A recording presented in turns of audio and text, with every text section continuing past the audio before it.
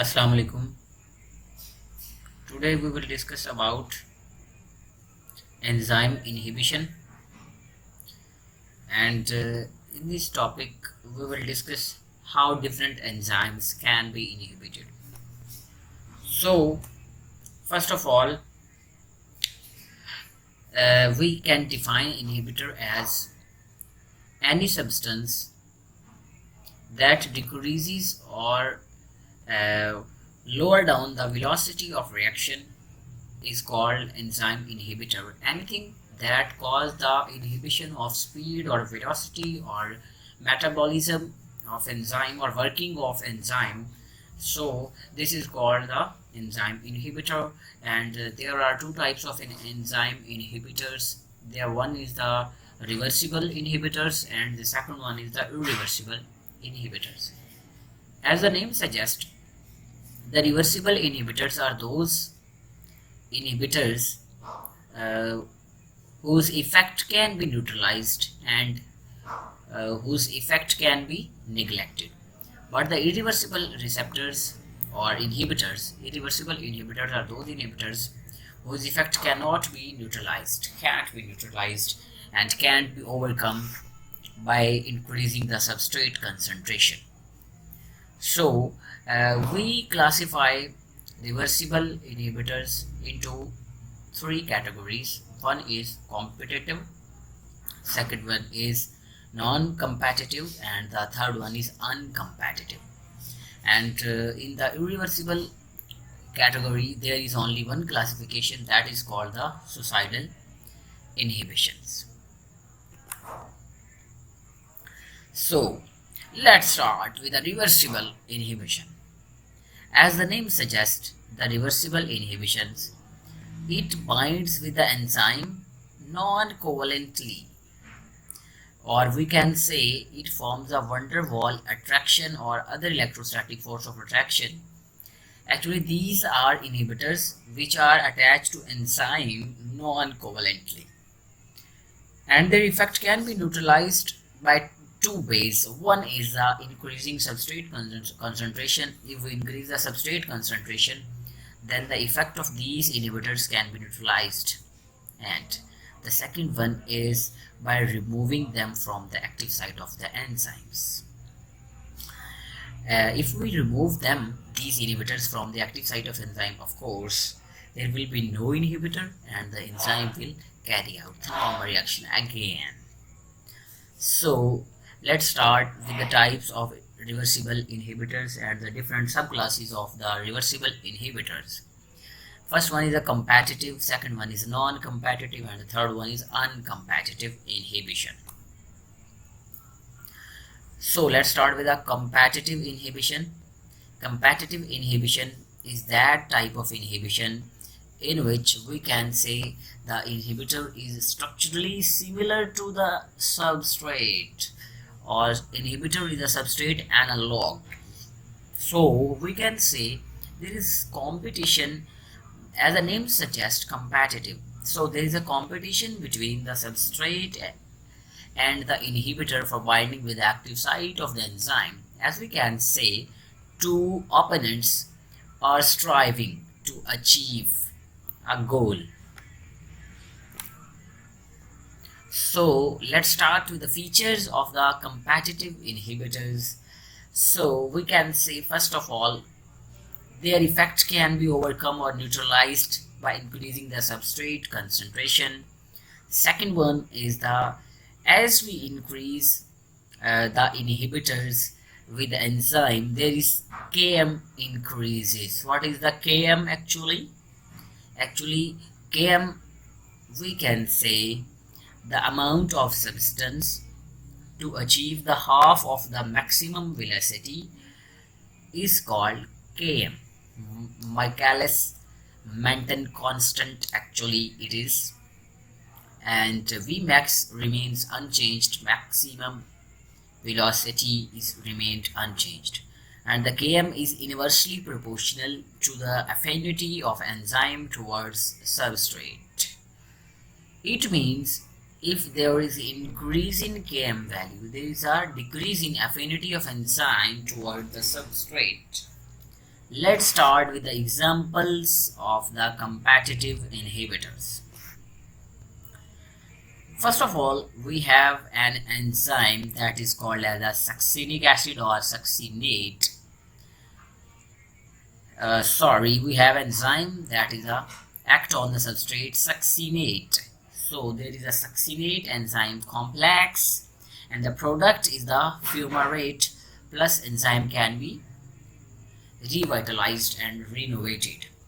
So if instead of succinate, that is a substrate, we have its structural analog that is malonate, as we can see there is a 4 carbon in succinate and 3 carbon in malonate. So these are structurally similar, almost equal shape and very slight difference number of carbon.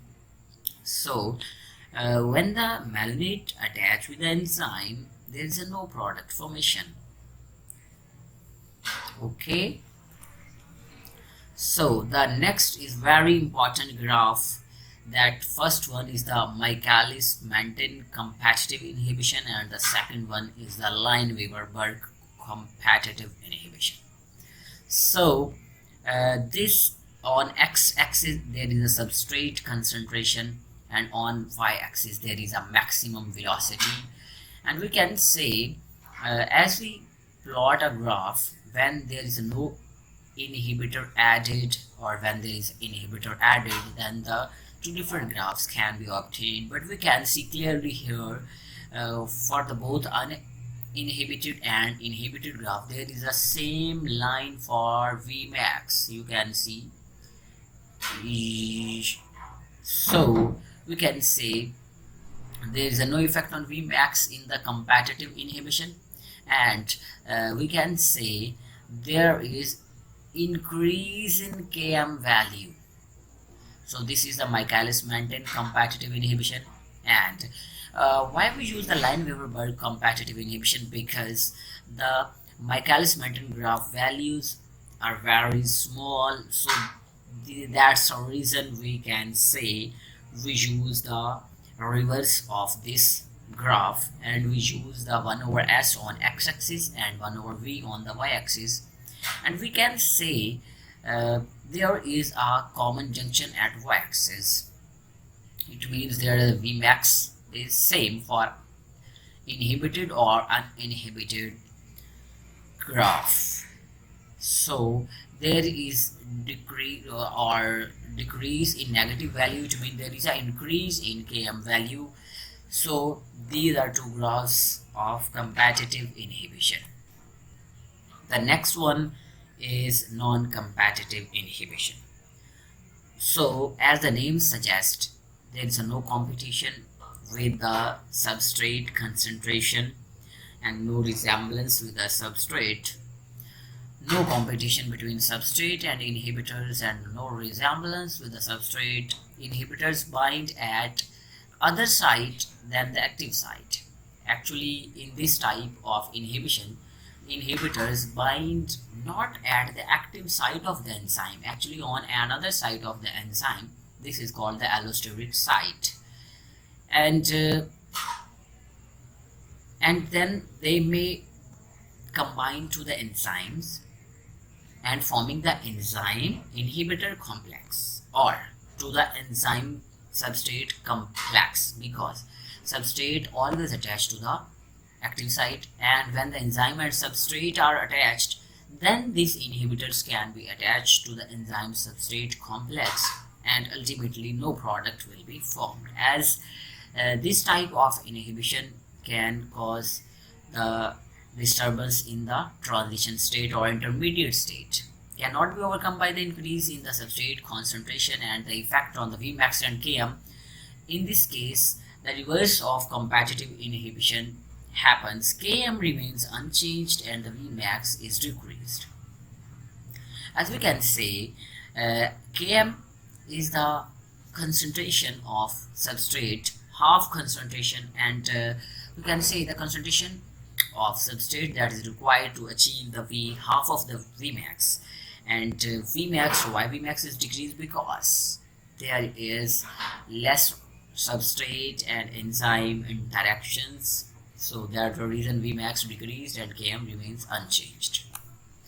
The next one is the example, and here we can see clearly sucrose is converted into the lactic acid with the help of enzyme analase, and if there is inhibition by fluoride, there will be no reaction, and the reaction will be inhibited. If we can say that if we increase the sucrose concentration, there is no effect. The next one is the graph, that is the Michaelis-Menten graph and the Lineweaver graph. As we can see here, again substrate concentration on x-axis and the velocity on y-axis. We can see when inhibitors are used and when the inhibitors are not used. So we can say there is no effect on Km. Km remains same and Vmax is decreased. You can see here is Vmax more and here is less. So the next is Lineweaver graph. Lineweaver graph, we can see half of 1 over s, as in the previous competitive inhibition. I have told you about the reason why we plot a Lineweaver graph instead of Michaelis-Menten. Actually, there is very small concentration values at the very small units. Due to these reasons, the small values can be easily measured, so we can use the Lineweaver graph. And here you can see the common point at x-axis. You can say the Km will remain same. As I have told you previously, where there is a common junction, there is a no decrease, there is no increase, so that factor will remain constant. As I am saying, on y-axis, if there is a common point, then on y-axis we have taken the V, so the V will remain same in competitive inhibition, and there is a common point at x-axis in the non-competitive inhibition, so we can say the Km will remain same. So here is a third type of inhibition, that is the uncompetitive inhibition, and in this inhibition the inhibitor always attached to the enzyme substrate complex. In the previous non-competitive inhibition, we have described about the inhibitor can be attached to the enzyme or enzyme substrate complex, but here we can say inhibitor always attached to the enzyme substrate complex, and in this case both Km and Vmax will decreased. The next is very important, irreversible inhibition. As the name suggests, irreversible actually means their effect can be neutralized and these are covalently bonded to the enzyme. Inhibitors bind covalently to the enzymes and its effect can be neutralized by adding more substrate concentration. For example, we have a DFP. DFP stands for diisopropyl fluorophosphate, and this is enzyme that is inhibited by serine protease. Actually, this is the inhibitor, and DFP is an inhibitor inactivate the serine protease enzymes by covalently modifying the active site of that specific enzyme. Next one is the suicide inhibition. Inhibitor itself, in this specific type, inhibitor itself is converted into the more potent form by the enzyme which get inhibited. For example, we have allopurinol is an inhibitor that attached to the xanthine oxidase, that's the enzyme, and convert into the alloxanthine, that is a more suicidal inhibitor. Actually, allopurinol is a competitive inhibitor and used as a drug for the gout, while alloxanthine as suicide inhibitor. And the next one is the last one, that is a feedback inhibition.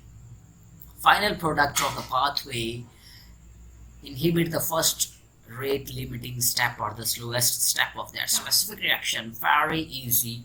We can say if the reaction is going on and the product formed, and product inhibit the rate determining step by blocking that specific enzyme. And here we can see succinyl CoA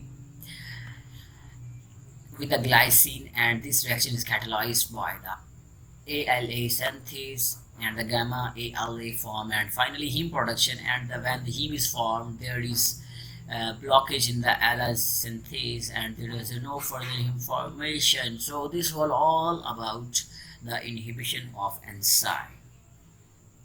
Thank you.